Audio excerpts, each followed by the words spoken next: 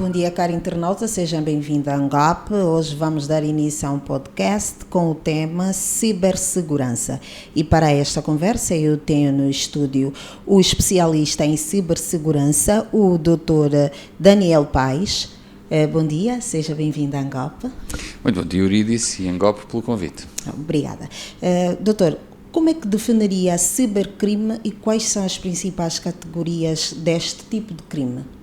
Bom, cibercrime, indo à estrutura, à base da palavra, portanto, é toda a atividade ilícita ou criminal, parte de crime, que seja feita, perpetrada e executada, tirando partido de infraestruturas tecnológicas, ou seja, cibernéticas, tecnológicas, daí a parte de cyber. Portanto, à medida que nós digitalizamos a nossa vida, as nossas empresas, a nossa sociedade, passamos a utilizar uma série de superfícies de tecnologia, de sistemas de tecnologia. Toda a atividade ilícita que é feita utilizando estas plataformas tecnológicas, tirando partido destas plataformas tecnológicas para incorrer numa atividade ilícita, é aquilo que se define como cibercrime, ou em inglês, cybercrime. Este tipo de atividade ilícita, as principais formas, toma forma maioritariamente em que?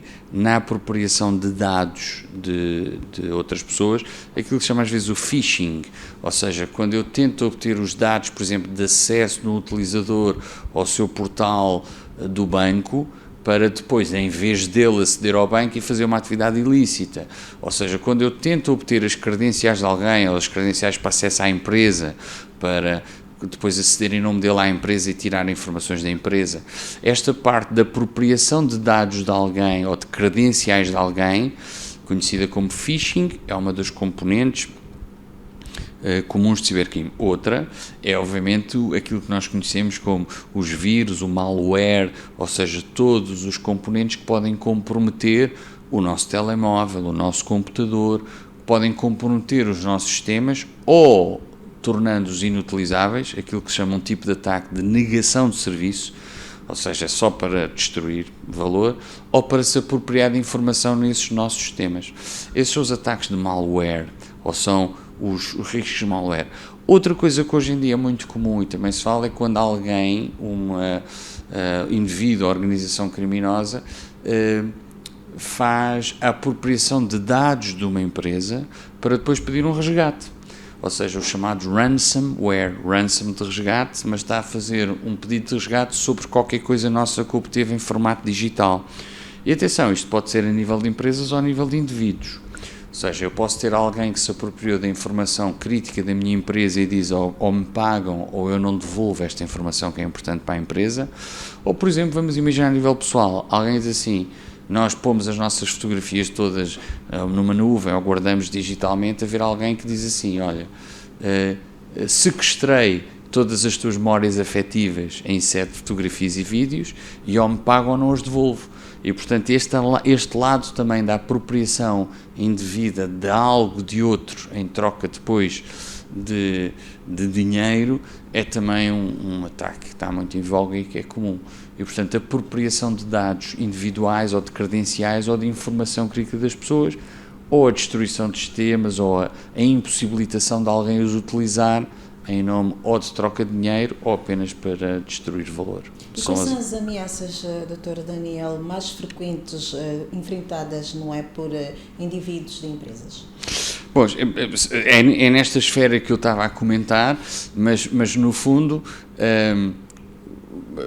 aí é importante salientar um aspecto que é, ou seja este malware, ou este antivírus, ou este ransomware, este resgate de informação que se apropria, e eu aí se calhar diria o que é mais comum, ou seja, nós como já temos, à medida que nos digitalizamos, uma série de sistemas que vamos implementando para a nossa defesa nas empresas, os clássicos, os antivírus, que comumente se conhecia muito, as firewalls, hoje tem que haver mais componentes do que só firewall antivírus, porque temos muita informação distribuída, a tal informação na nuvem, na cloud, e portanto há outros sistemas para a nossa proteção, mas é importante salientar é a origem destes ataques. É que por mais que eu tenha sistemas de defesa que me protegem de ataques do exterior, e eles mesmo assim possam continuar a existir, é importante muito salvaguardar também a perspectiva interna das nossas infraestruturas, porque ainda hoje, na maioria dos casos, a nível empresarial, de vulnerabilidades ou de perdas de informação significativas para a empresa, vêm de dentro. 70% dos ataques vêm de alguém cujo passe abriu a porta, cujo segurança o deixou passar e, por estar dentro, consegue ter acesso a uma série de informação privilegiada, ou de boa fé porque está a ser explorada em engenharia social por alguém que lhe pediu informação e ele, como tem acesso, tira, ou até por má fé, alguém que usa o seu acesso privilegiado para ter acesso à informação. Portanto, é importante percebermos que nós temos que nos proteger genericamente nesta a digitalização das coisas, dos ataques exteriores, mas também é muito importante salvaguardarmos dos nossos utilizadores o bom uso e a preparação, seja por má fé ou até por boa fé, e evitar que eles sejam alvo de ataques de engenharia social, aqueles ataques de boa fé que podem acontecer nas empresas ou até nos utilizadores gerais. Quem nunca recebeu aquele SMS a dizer você ganhou este prémio, ligue só agora, e quando ligar, claro que diga, faça só esta pequena transferência para ganhar este grande prémio, e o grande prémio nunca chega e o pequeno dinheiro já foi, no fundo, de fraude.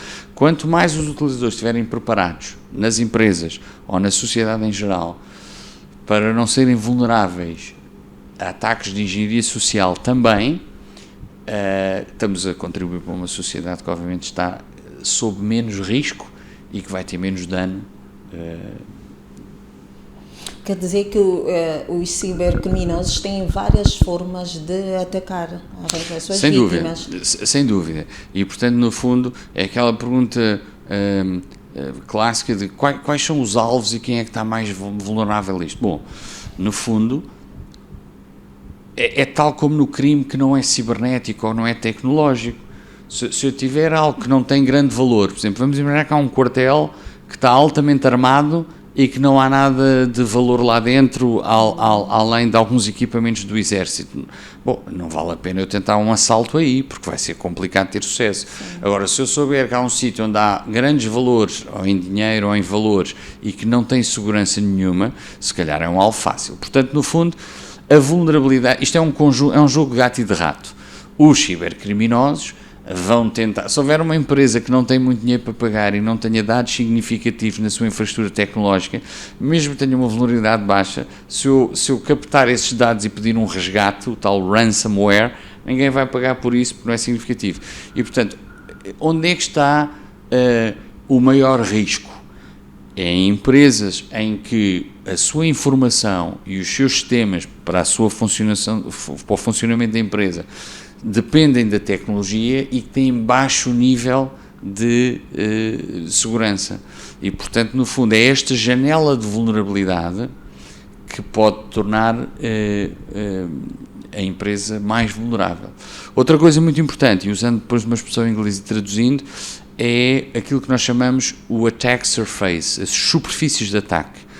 Se eu estiver muito exposto, ou seja, se eu tiver muitos dispositivos e não tiver nenhum sistema de proteção, estou mais exposto do que um indivíduo que tem os seus sistemas concentrados num sítio e tem ou o antivírus ou a tal firewall, tem uma série de mecanismos de defesa.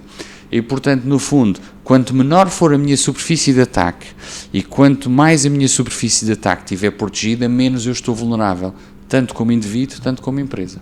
Mas, Dr. Daniel, qual é o impacto financeiro do cibercrime no setor empresarial e na economia global que isso pode causar? Bom, é muito grande, porque a partir do momento em que nós passamos a depender destas infraestruturas, a nossa operação como empresa passa a depender destas infraestruturas, e se ela não estiver funcional, eu posso ter literalmente empresas paradas porque o sistema não está a funcionar.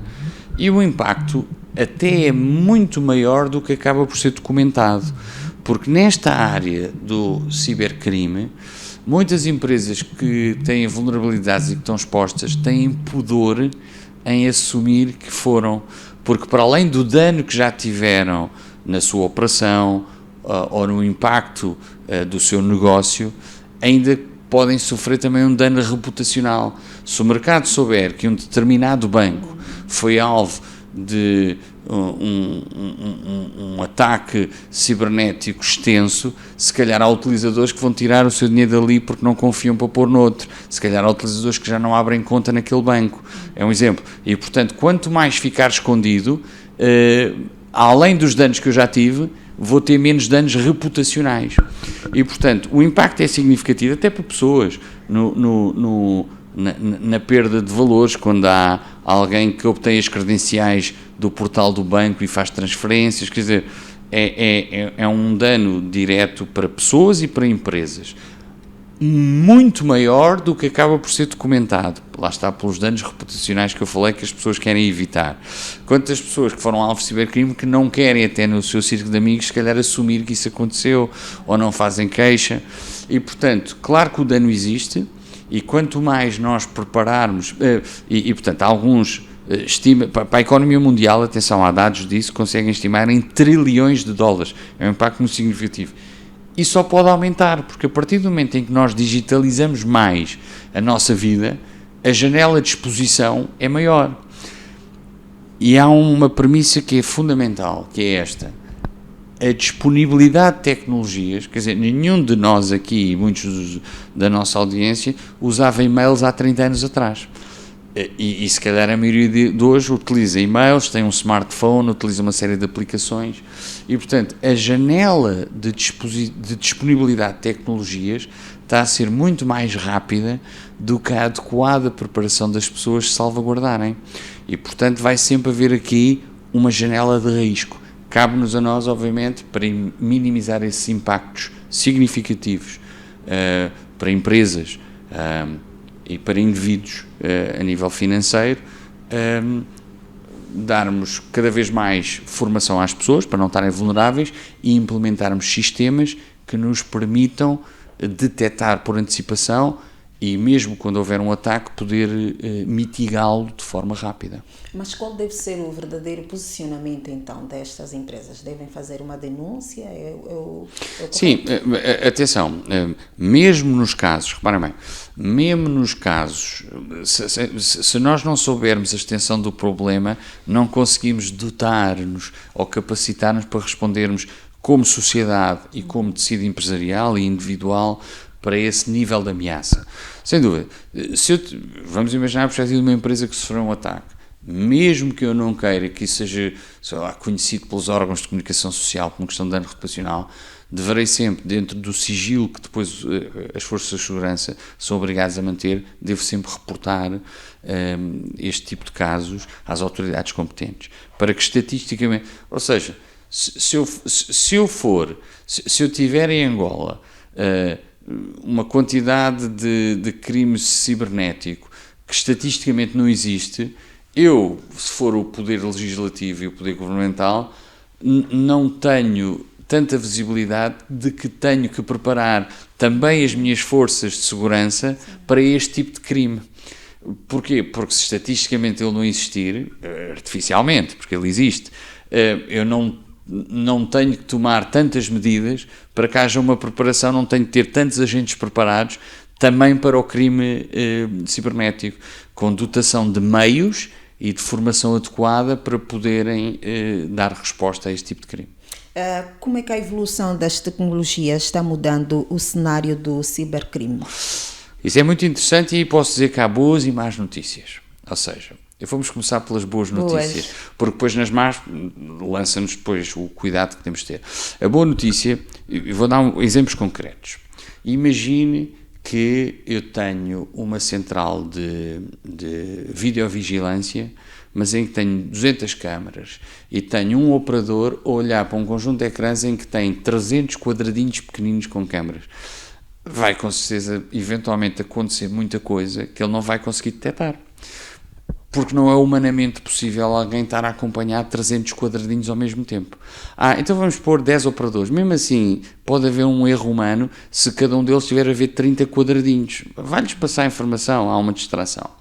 Agora imagine que em cima deste sistema de videovigilância eu ponho uma componente tecnológica de análise de vídeo, Video Analytics, em que eu digo assim, esta câmara só dá-me um alerta se houver alguma detecção de movimento, ou até com componentes mais avançadas hoje em dia. Por exemplo, imagine uma câmara numa loja, em que é capaz claramente de detectar, por análise de vídeo, não é um operador, por software, que se o movimento for da prateleira para o carrinho de supermercado, é um movimento legítimo.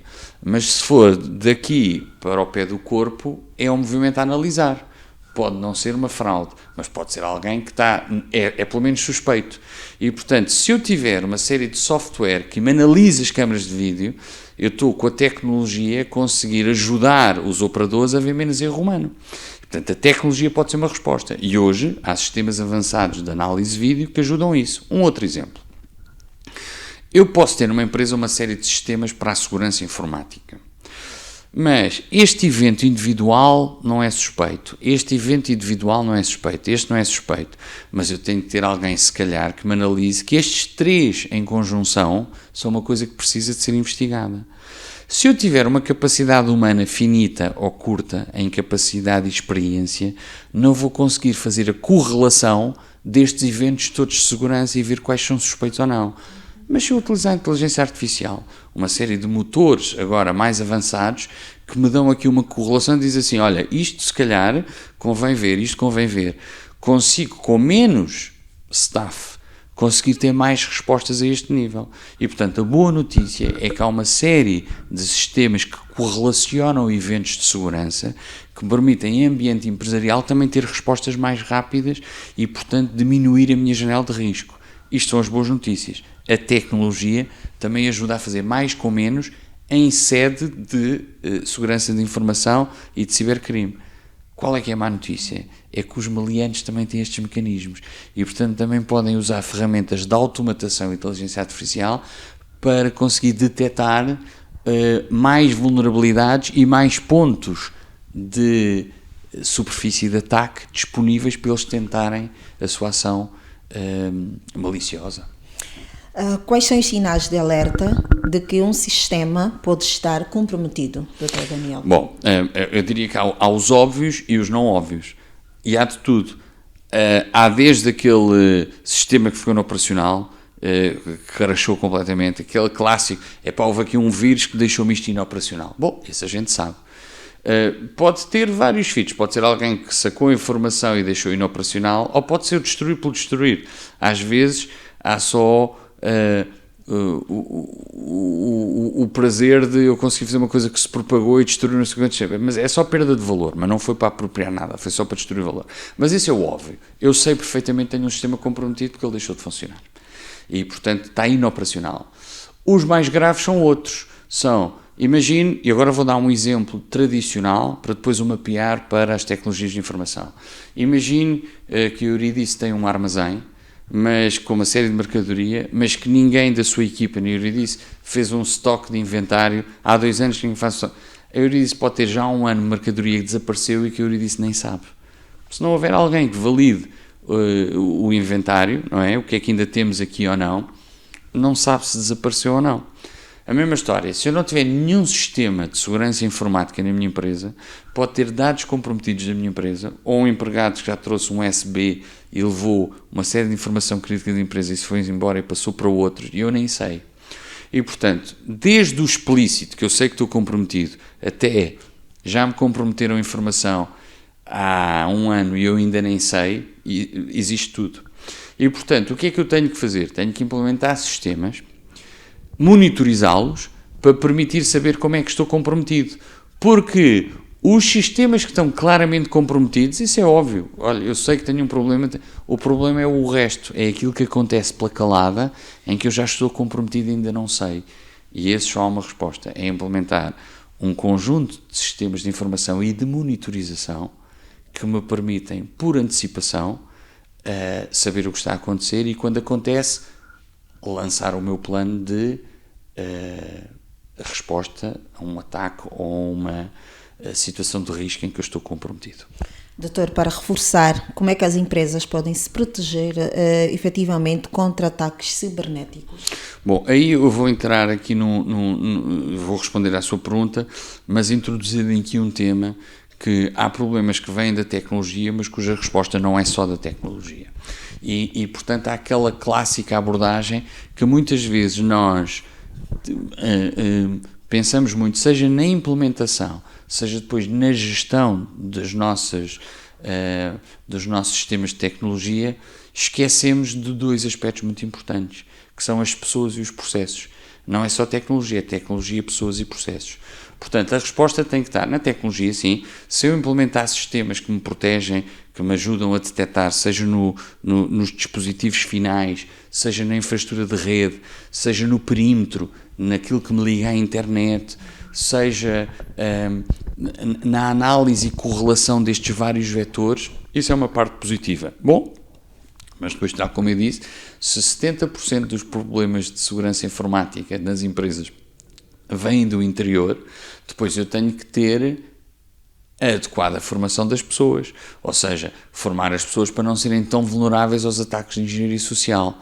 Bom, mas eu depois também posso ter pessoas dentro da empresa que estão perfeitamente formadas a nível de engenharia social, não são vulneráveis a isso, mas por má fé foram ou pagas ou têm interesse em levar a informação fora. Bom, então dentro da empresa tenho que pôr se calhar sistemas de Data Loss Prevention, prevenção de perda de dados, em que a minha informação interna está classificada e só pode ter acesso a determinada informação determinadas pessoas que têm nível de credenciação para poder ver esse tipo de informação. Se toda a minha informação numa empresa for igual e toda a gente poder ter acesso, eu não consigo diferenciar este tipo de informação. Portanto, é preparar as pessoas para não serem vulneráveis à engenharia social e conhecerem o que é que podem ser vulnerabilidades do vetor humano, e preparar os sistemas de empresa, seja numa perspectiva de proteção externa, seja numa perspectiva de proteção interna, com sistemas de detecção, de alarme e de investigação de ameaças, com resposta,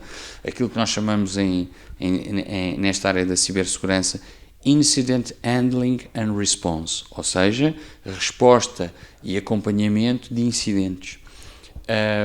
E quando juntamos isto tudo, estamos a minimizar a nossa janela de risco. Não quer dizer que não haja nenhum problema, mas minimizamos muito aqueles que podem acontecer. Doutor, qual é o papel das leis e regulamentações no combate ao cibercrime? Bom, é fundamental, porque vamos imaginar, se eu digitalizar rapidamente o meu tecido empresarial e o meu tecido civil, se as pessoas tiverem todos os dispositivos, e eu não tiver uma moldura penal que criminalize essas atividades nas plataformas tecnológicas, estou a beneficiar um infrator. Vai haver, ou se a moldura penal não for adequada, vai haver alguém que pode impactar negativamente terceiros através de tecnologia de informação sem ter a moldura penal adequada.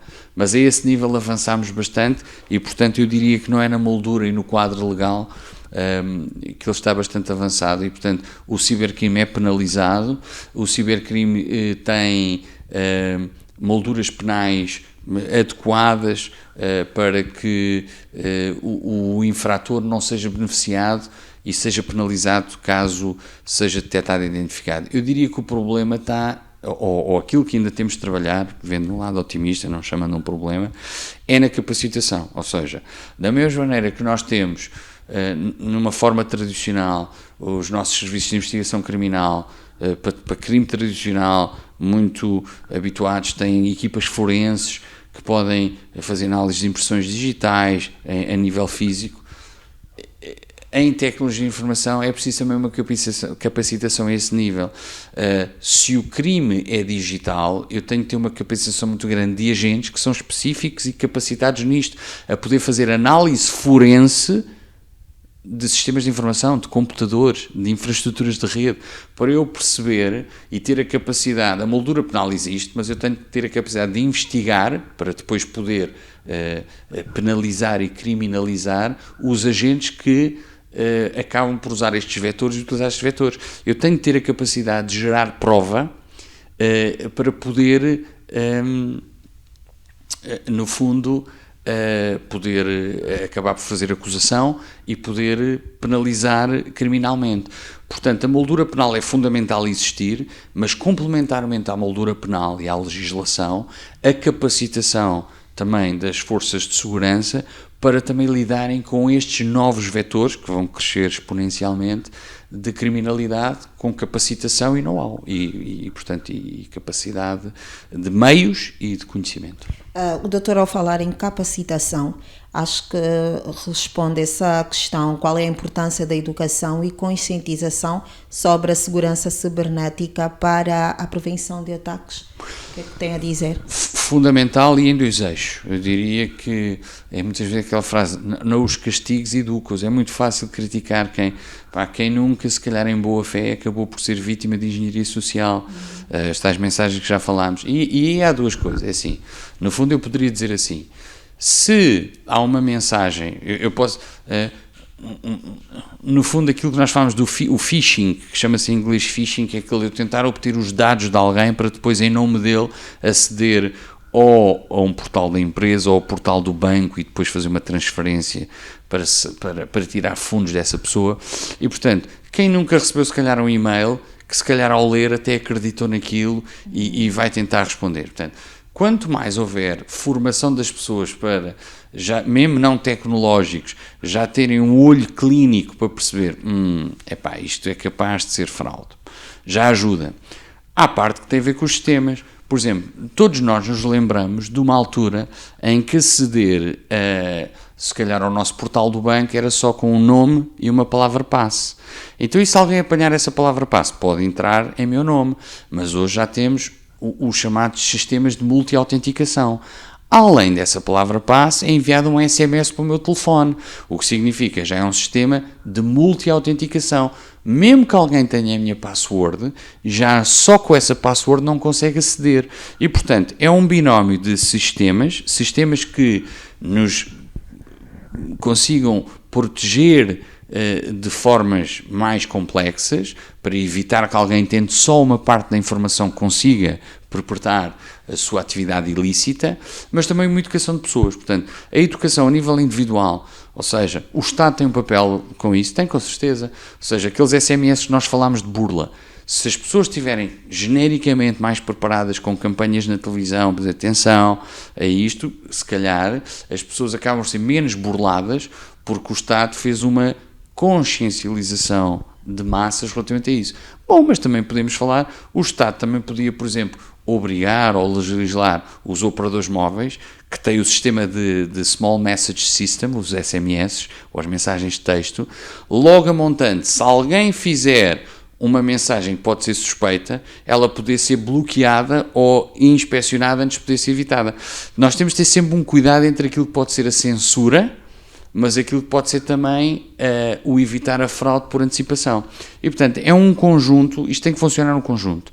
Há um papel da sociedade civil, que obviamente tem que também dar resposta, mas eu diria que a preparação das pessoas a nível das empresas com formação para terem um olho clínico à fraude, se a empresa tiver pessoas muito formadas e atentas, mas não tiver nenhum sistema de proteção, não funciona. Se a empresa montar os sistemas mais avançados, mas as pessoas forem vulneráveis em engenharia social, também não funciona. E, portanto, tecnologia, pessoas e processos. Implementar as tecnologias adequadas, com os processos adequados, lá está.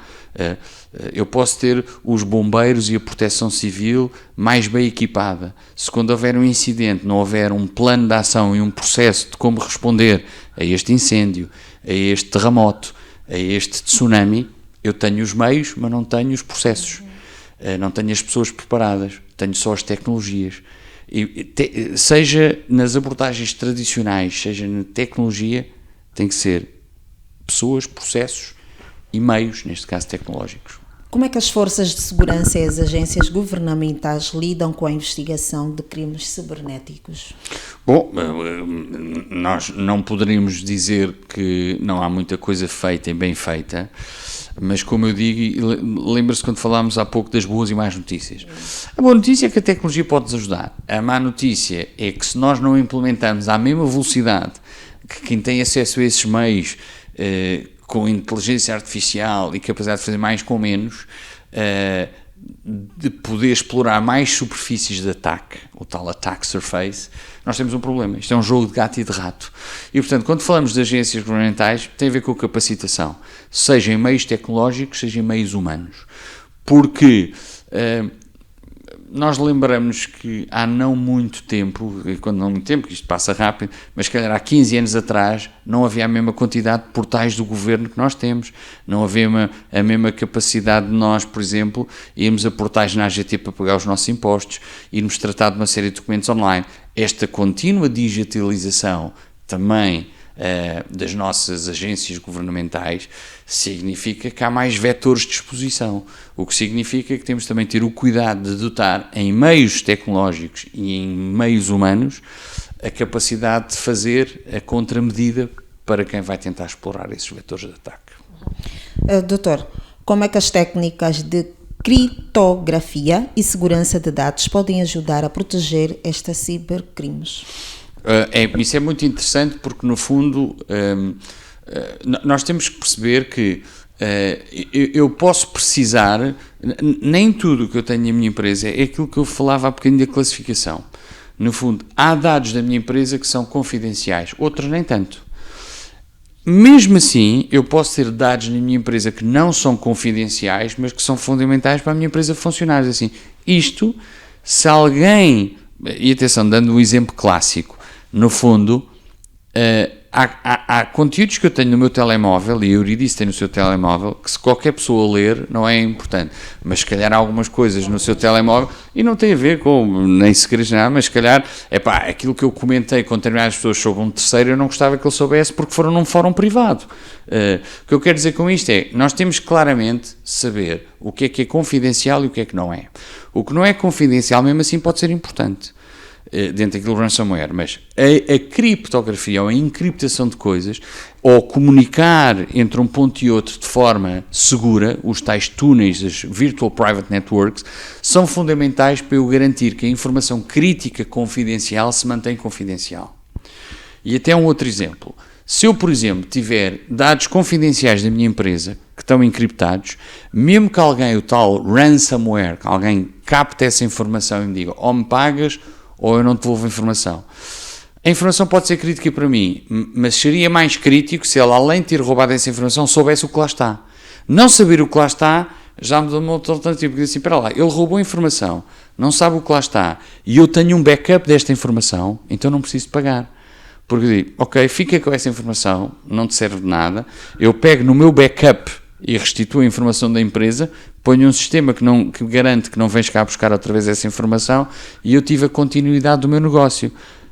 Aqui vemos que a criptografia foi muito importante, porque se eu roubasse informação que é confidencial e que é crítica para mim, mesmo que eu tivesse um backup, o dano está feito. Diz assim, ou tu me dás dinheiro ou eu vou expor isto que é confidencial e que vai ser mau para ti. E nós temos visto estes casos todos com o Julian Assange da Wikileaks, ou o Snowden, que tirou uma série de informação crítica dos Estados Unidos, confidencial, que reputacionalmente, saber que os Estados Unidos fizeram alguns crimes de guerra em alguns cenários de operações, não é... se tu tivesse, o mal estaria feito de quem o fez, mas não tinha o dano reputacional que teve se tivesse todo encriptado e tivesse guardado. Portanto, eu diria que é uma componente importante, não a única. A gente tem que ter a capacidade de ter também, se alguém nos tirar informação ou nos mandar um sistema abaixo, de termos a continuidade no negócio por termos adequados backups no outro lado. Mas se a informação for confidencial e estiver obviamente encriptada, quem a roubou não teve acesso a isso. Quais são os desafios, neste caso, enfrentados na cooperação internacional para combater o cibercrime? São interessantes porque, atenção, a boa notícia, mais uma vez, boas e mais notícias, a boa notícia é que existe colaboração, ou seja, nós temos, seja a Interpol, que é uma polícia internacional, seja a Europol, seja outras iniciativas que existem dentro da SADC, de cooperação entre agências governamentais. Esse é o lado bom da notícia, mas realmente, às vezes nós temos a ingerência, casos conhecidos. Houve aquela ingerência que se falou quando se foi o caso do Facebook, com a Boston Analytics, estar a usarem plataformas, por exemplo, podem influenciar eleições noutros países, com a Cambridge Analytics ou com aquelas notícias que vieram a público de haver eventualmente suspeitas de que houve atividade de cibercrime russa a fazer ingerência nas eleições dos Estados Unidos, ou a influência de como é que a opinião pública é manipulada com determinadas fake news, notícias falsas, e portanto, a nível internacional, claro que é uma preocupação. A partir do momento em que estamos interligados com uma internet, que nós podemos ter determinados países que tenham uma legislação sobre determinados tipos de conteúdos mais permissiva e que acaba por permitir ser o ponto de ataque para outros sítios. E vou dar um exemplo.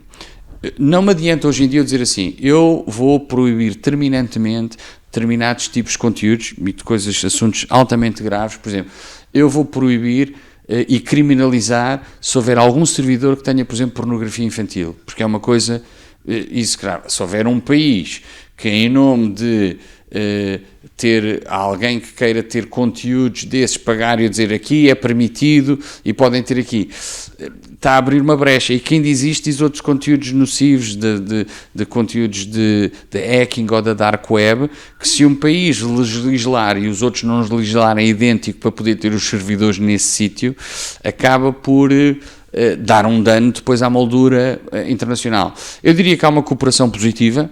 Por outro lado, a melhor hipótese é garantirmos duas coisas. É a nossa soberania de dados, garantir que dados críticos de um país tenham que ser armazenados desse país, não confiar em eles estarem armazenados no outro lado, e garantir que, apesar de haver uma cooperação internacional, eu, a nível de cibersegurança, garanto as minhas fronteiras, e da mesma maneira que eu garanto as minhas fronteiras físicas e tenho efetivos e na estrutura das nossas forças de segurança, quem me garante a defesa da minha fronteira, tenho que o fazer no mundo cibernético, porque hoje as fronteiras são mais fluidas. A cooperação existe e é positiva. Como não controlo todos os países naquilo que eles podem fazer a nível de permissividade na sua lei, tenho que garantir a minha soberania digital, garantindo também alguns controlos de fronteira, e garantindo a minha soberania digital, obrigando a que algumas coisas tenham que ficar dentro do país. Daniel, qual é a relação entre cibercrime e crimes financeiros, como fraude e lavagem de dinheiro? Sim, bom, esse é um tema muito interessante, porque agora entra aqui num tema que abre aqui espaço para uma questão que vai ser interessante, porque eu vou focar aqui um bocadinho também, por exemplo, em algumas coisas das criptomoedas. Mas tem a ver com, hoje temos meios, ok? Cibercrime, atenção, há cibercrime, seja o crime tem sempre um fito de uma apropriação de qualquer coisa, em bens materiais ou em bens pecuniários financeiros. E, portanto, claro que um dos alvos muito grandes relativamente ao cibercrime está na esfera da forma como hoje nós fazemos também. Se o nosso dinheiro já não é físico, quando o dinheiro era físico, o meliante, o bandido, tentava apropriar-se desse dinheiro físico. A partir do momento em que passamos a ter dinheiro eletrónico, claro que um dos grandes alvos do cibercrime é eu tentar fazer uma apropriação de forma direta desse dinheiro eletrónico, ou de forma indireta. O que é a forma indireta? A forma indireta é eu apropriei-me de algo que é importante, por exemplo, a Eurídice, e vou dizer, ou me dás dinheiro, ou eu não te dou isto. E, portanto, mas da forma direta, e falando da forma direta, claro que no radar está muita tentativa de exploração do cibercrime para esta digitalização do dinheiro. E depois entra aqui um conceito, isto dava um tema só para um podcast de falar, e não chegaria um podcast, tem a ver com a parte das criptomoedas. Porque no fundo é aquela história, se eu pedir dinheiro a alguém, ou um resgate, ou tentar apropriar-me de dinheiro, mas que seja um dinheiro físico, eu posso até pelo número das notas tentar seguir um bocadinho o rastro de dinheiro, onde é que esse dinheiro está a aparecer. E esta história das criptomoedas também tem ajudado um bocadinho esta história da fraude. A partir do momento em que uma criptomoeda me garante que eu consigo fazer uma transação e que eu consigo, sem ter que me autenticar, ser o legítimo dono deste dinheiro, ele ajuda nas fraudes. E, portanto, acaba por... E quando falamos de lavagem de dinheiro, exatamente isso. Imagino que eu tenho 100 milhões de dinheiro sujo para passar de uma operação da América Latina para um outro lado. Se eu comprar cibermoedas, se eu comprar as cryptocurrencies, eu posso depois pagar em cryptocurrency sem haver um rastro. Se eu fizer transferências pelo sistema bancário, identificado quem é que é o utilizador, eu tive que me autenticar, para abrir conta tenho de mostrar uma série de documentos, eu usei um sistema bancário em que o rastro desse dinheiro é perfeitamente identificável. A partir do momento em que há uma série de meios tecnológicos que me permitem eu esconder a minha identidade, mas garantir que as transações podem acontecer entre países, há, claro, que uma associação grande, há a possibilidade de eu ter nas tecnologias, não só as partes de fraude, e já falámos sobre isso, com um ênfase muito grande no lado financeiro, mas também ser através da tecnologia e destas novas formas digitais de movimentar dinheiro, que pode haver lavagem de dinheiro, suporte a atividades ilícitas, dinheiro que vem de atividades ilícitas a ser, no fundo, movimentado pelo mundo de uma forma paralela. De facto, é um tema sensível e que a tecnologia também está a permitir. A tecnologia traz muitas coisas boas, mas também abre aqui espaço para algumas coisas que podem ser negativas, como isso. Lavagem de dinheiro significa que estamos a permitir que pessoas que conduzem atividades ilícitas consigam depois utilizar o seu dinheiro de outra forma. Significa, pode até não ser por atividades ilícitas, mas significa que são pessoas que não pagam os impostos adequados e suficientes, e isso tem um impacto para a sociedade, porque são menos impostos são utilizados para desenvolver o nosso país e as nossas infraestruturas. Enfim, é de facto um tema sensível. Engenheiro, quais são as melhores práticas para a gestão de incidentes de cibercrime quando a violação ocorre? Muito bem, eu vou dar um exemplo outra vez do mundo tradicional que as pessoas conhecem melhor e vou mapeá-lo depois às tecnologias. E é aquele clássico exemplo, se eu tiver, a nível de equipamento, fiz um novo quartel de bombeiros, em que pus os meios, tenho carros de bombeiros extraordinários, pus uma série de ferramentas, comprei ambulâncias novas, comprei uma série de meios, tenho os meios todos, mas depois não tenho profissionais adequadamente preparados para operar esses meios.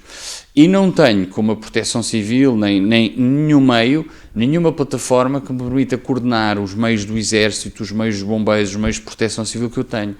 Ou seja, se eu não tiver um plano.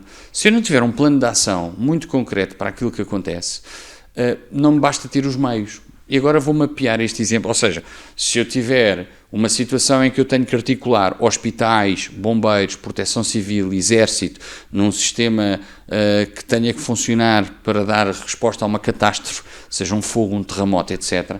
Se eu não tiver um plano, quando o terremoto existe, eu não sei o que fazer. Tenho os meios, mas não tenho plano de ação. Mesmo que eu tenha um plano de ação e os meios, se eu não tiver os profissionais capacitados, tenho um plano, mas não tenho quem o execute. É exatamente o mesmo com as tecnologias de informação. Eu, se pura e simplesmente disser assim, ok, porque agora estou digitalizado, disseram que é muito importante pôr alguns sistemas de segurança na minha empresa. Se eu não me monitorizar regularmente, eu não sei o que está a acontecer. Se eu, em cima da parte de implementação, não tiver pensado qual é a equipa que me opera isto, se eu não tiver, por exemplo, um Security Operations Center, pessoas preparadas para não só monitorizarem, verem os alertas que chegaram e, caso haja um alerta, terem a capacidade e o plano de ação, o que é que nós fazemos quando acontece isto? Não vamos conseguir dar resposta. Portanto, o que me falou é como é que nós conseguimos dar resposta quando surgem incidentes. Bom, primeiro, essa vez que eles existem, temos de ter o sistema que os detecta. E depois temos um plano de ação. Temos equipas formadas para fazer o chamado, vou dizer em inglês, depois traduzo, Incident Handling and Response, que no fundo é quando há um alerta, como é que eu o vou gerir e vou responder a esta ameaça. E isso significa preparação, mais uma vez, tecnologia, pessoas e processos. A tecnologia implementa-se, depois tem que haver o processo, o que é que acontece, qual é o plano de ação quando acontece isto. Aquilo que a gente vê muito nos filmes, que acontece muito nas operações ou militares, estamos em code red, código vermelho, código laranja, código amarelo. Só se pode falar desses códigos se toda a gente souber qual é que é o processo que se aplica, qual é o protocolo que se aplica quando estamos dentro de um código desses e o que é que cada pessoa faz dentro desse plano de ação. Se nós tivermos a tecnologia e não prepararmos o processo, não vai funcionar. Se nós tivermos as pessoas preparadas, mas não souberem o que é que têm que fazer com o processo, se nós tivermos pessoas preparadas e o processo, não tivermos a tecnologia, não temos os meios. Tecnologia, pessoas e processos. e assim conseguimos responder às Daniel, nossas ameaças. Como é que você vê a evolução do cibercrime nos próximos 5, 10 anos e quais as tendências devemos observar? Como eu digo, falámos há bocadinho de boas e más notícias. Eu diria que neste aspecto as más notícias são um bocadinho maiores porque os meios de inteligência artificial e a capacidade que o lado, no fundo, do lado errado da história, que no fundo tudo que seja o lado bandido, o lado que vai tentar aproveitar, vai ter meios a uma velocidade muito rápida, e a velocidade a que às vezes as agências governamentais, as empresas estão a dotar-se de tecnologia, de processos e de pessoas que respondam a essa crescente ameaça, está a ser numa velocidade menor do que os meios de quem está no lado errado das coisas está a ter. Quando quem está no lado negativo das coisas está a ter mais meios e uma velocidade maior, e nós temos uma velocidade mais lenta para implementar, vai aumentar a janela de risco. Portanto, significa que temos que continuar a trabalhar de uma forma rápida e atenção, é mantermos claramente uma coisa na nossa mente, é que não é uma questão de se vai acontecer ou não, é uma questão de quando. E, portanto, quanto mais depressa estivermos preparados para estes multivetores e para esta complexidade crescente, quanto mais depressa estivermos preparados, menor janela de risco estamos a carregar. E a esse nível estamos mais preparados para uma coisa, como eu digo, não é uma questão de se vai acontecer ou não vai acontecer. É se vai ser mais depressa ou um bocadinho mais lento. Porque vai acontecer garantidamente. A nível pessoal e a nível... Todos nós vamos ter mensagens aquelas para ver se respondemos, e as empresas vão estar, quanto mais valor for percebido que a empresa tem, quanto mais meios a empresa tiver, mais vai estar no radar para alguém tentar explorar essas vulnerabilidades. E, portanto, as probabilidades dos meios automatizados e a velocidade a que eles estão disponíveis não favorece a velocidade mais lenta de quem tem que implementar sistemas, do que quem tem que explorar o negativo. O que significa que temos uma pressão acrescida, temos que pôr mãos à obra e garantir que tecnologia, pessoas e processos estão preparadas para responder a esta crescente ameaça. Daniel, para finalizar, de um modo geral, que mensagem deixa então às empresas, às pessoas? Bom, como eu digo, assim, neste vetor de tecnologia, pessoas e processos, as pessoas são aquelas que precisam, como eu digo, 70% das brechas vêm do lado interno, por exemplo, nas empresas, e a maioria das brechas que vêm a nível dos utilizadores de uma forma genérica, vem de engenharia social. Alguém que explora a vulnerabilidade humana, não a vulnerabilidade tecnológica.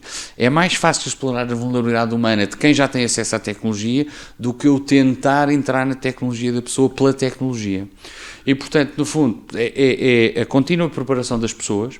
As pessoas vão estar cada vez mais postas à tecnologia, vão aumentar a superfície de ataque. Portanto, eu diria, não deixar de trás nesta viagem tecnológica as pessoas e ir acompanhando as evoluções da complexidade de quem explora as vulnerabilidades com uma resposta adequada dos sistemas que se implementam.